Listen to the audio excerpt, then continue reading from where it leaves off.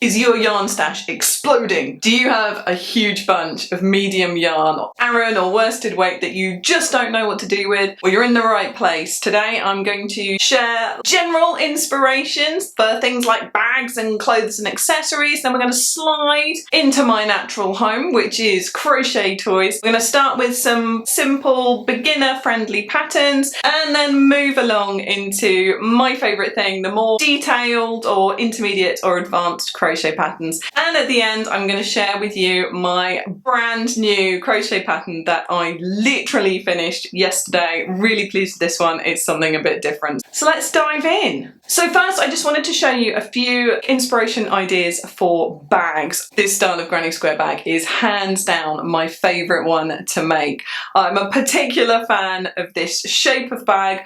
I'm not the biggest fan of what happened with the colours with the spotty bag, but we'll glaze past that and move on.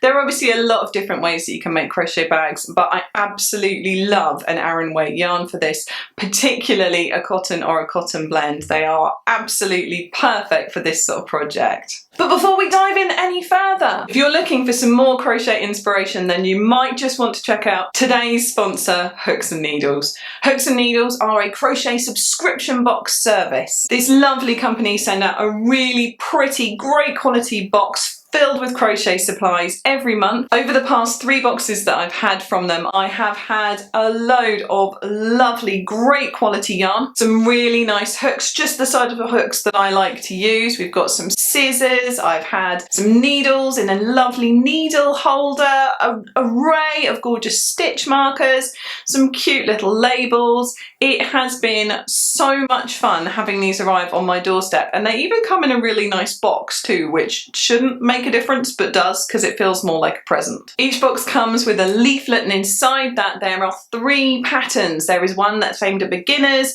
intermediates and advanced crocheters. And you can either choose one of those to use the supplies that come in the box, or you can do your own thing and make something else. My favourite so far has been week 2, which is where we got the bag accessories and the pattern to make a bag. I think I'm going to make a bit of my own twist on this, but I'm definitely going to use that bag strap and tassel. They're really nice quality and I'm really looking forward to making something up with that. So if you want something fun through the post every month, or just some lovely new inspiration for your next crochet project, then check out Hooks and Needles and use my code Lucy20 to get 20% off your first box. That's code Lucy20. Pop it in the coupon code box at checkout and you'll get 20% off your first box. And thank you so much again to Hooks and Needles for sponsoring this video. Now let's have a look at those clothes and accessories, and we have to start with these super cute granny square slippers.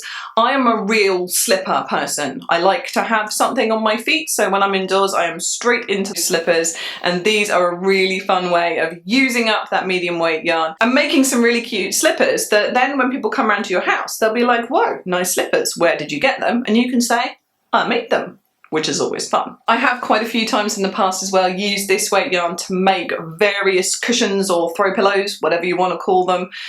Particularly the most recent one I made was this circular design, which was so much fun. I've made a few different ones in the past as well, which again, you'll see it was quite far in the past from the quality of the photos, but it is a great way to use it up and so practical as well. I don't know about you, but my sofa is more cushions than sofa. Why a thing that is by its nature padded requires extra padding, I'll never quite know, but aesthetically I'm on board. This is so high up on my list, this next one. It is to make a cardigan. I have never made a cardigan myself, and maybe it's partially because I'm not entirely sure that that's how you're meant to say cardigan. Cardigan? That sounds right. Does that sound right? Is that how you'd say that word? So I don't buy cardigans because I don't particularly like buttons on things. They just do strange things to my brain. But if I made my own, I wouldn't have to put buttons on it, and it could just be a casual sort of robish affair. And I think that that would look really nice. You can see this gorgeous one here that my friend Valerie made.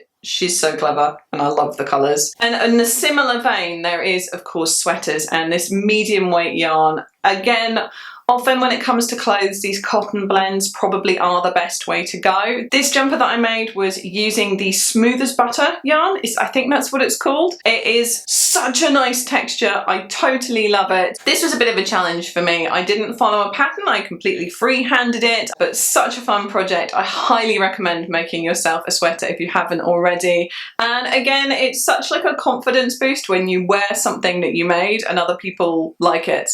There's a lot of external validation going on in this video, but it's a thing. And finally, one of my other absolute favourite accessories to make, it's hats. This is such a good way for a hat. That you can find so many fun designs for hats online, but also it's a super easy thing to freehand because your head's always with you. So you just come out from your magic circle or just come out in concentric circles and you just keep placing it on your head until it's like the right outward shape and then you go downwards. Good instructions, right? But yeah, hats. Highly recommended for that weight of yarn. Now I want to quickly run through some of my favourite plush or chenille yarn patterns that you'll be able to find on the Lucy Kate Crochet website. These are all free. My friend Sarah made, I think, all of the ones that I'm just going to quickly show you in this section. So we have an array of different cats. We've got the calico tabby and the black cat.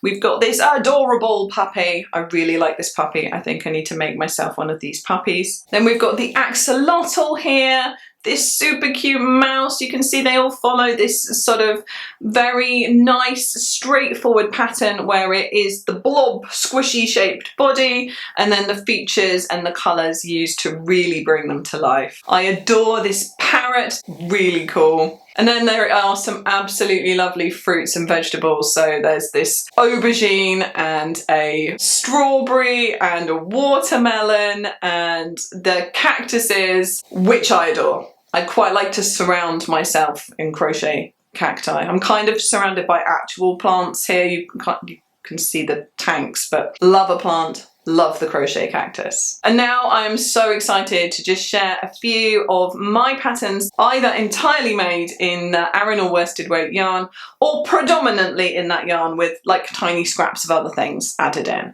But let's check some of those out. So first up, there's this piglet, and I really wanted it to be the actual kind of shape of a pig rather than hinting at a pig. If you make your own, I would flop your ears a little bit more than I flopped my ears, but otherwise that's a really fun one. Then there is this rabbit, which among the people who have seen the crochet toys I've made, this rabbit is like hands down one of the most popular things. Then there is my llama and my alpaca, and I always put them together because they're made with the same yarn to the same style. This red squirrel was my nod to one of our UK animals that we very rarely get to see, and it was really fun to make it. To get that bushy tail, I tried several different brushes before settling on a pet slicker brush. So I sort of viciously groomed the tail for this one. So the more woolly a yarn that you choose for this pattern, the easier it'll be for you to get that fluffy tail at the end. And then there's the pine marten, which is a very different sort of design, but again, one of our UK animals that I think should be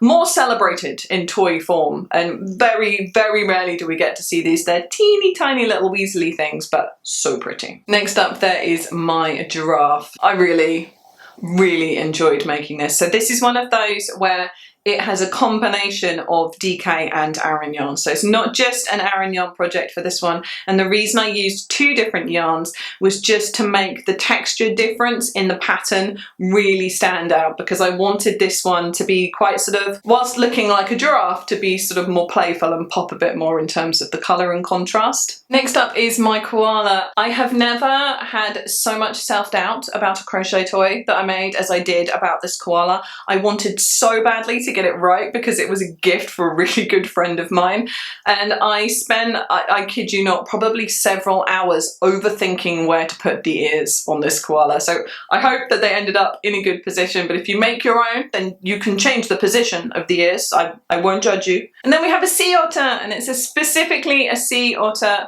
because of the way that the patterns are made on the animal. And I love sea otters for the way that they lie on their backs and bang rocks against oyster shells. It's adorable. They're so cute. I actually probably could make a sea life display with the amount I go towards the ocean in my patterns at this point, but yeah, so that's a fun one and a little bit different as well. Speaking of different, next up is the opossum, specifically an opossum, not a possum. Really fun colours and patterns with this one. I used a slightly sort of rougher textured yarn, which normally wouldn't be my first choice because it's not as pleasant to work with, but I think that it really added to that slightly feral look that you get from an opossum, so that was cool. And then we have what is hands down the most popular pattern I have ever made, which is my Highland cow. I think it's the hair that did it for people with this one. It's a very sort of chunky teddy style. It does use a couple of different yarn types, so I believe that the yarn that I used for the horns on this one was DK, but the rest of the pattern is an Aran weight yarn. Then we have my floppy monkey. I was all about the limbs with this design. One of my pattern testers made this in orange. It looks just like an orangutan and just highly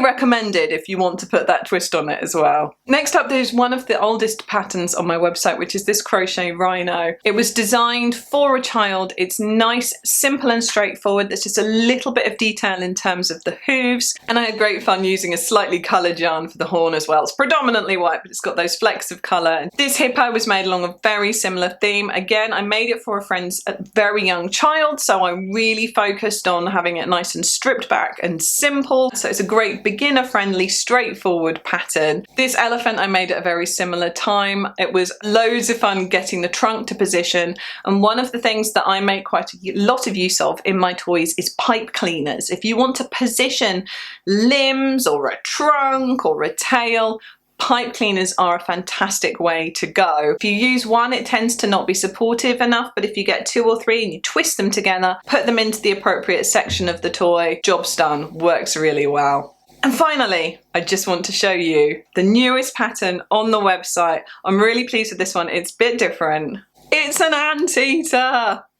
So I have put this pattern up. However, I asked on the community tab on YouTube whether people thought that I should give it a little tongue to make it even more clear what it is supposed to be.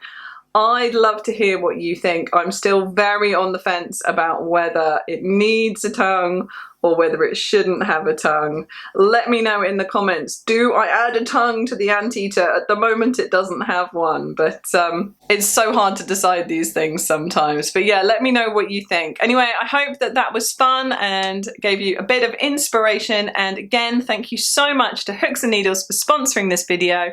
If you want to sign up for their crochet subscription box, then go to Hooks and Needles website, pop the code Lucy20 in at checkout and you'll get 20% off your first box. Thanks Hooks and Needles, thank you so much for watching. See you next time and happy crocheting.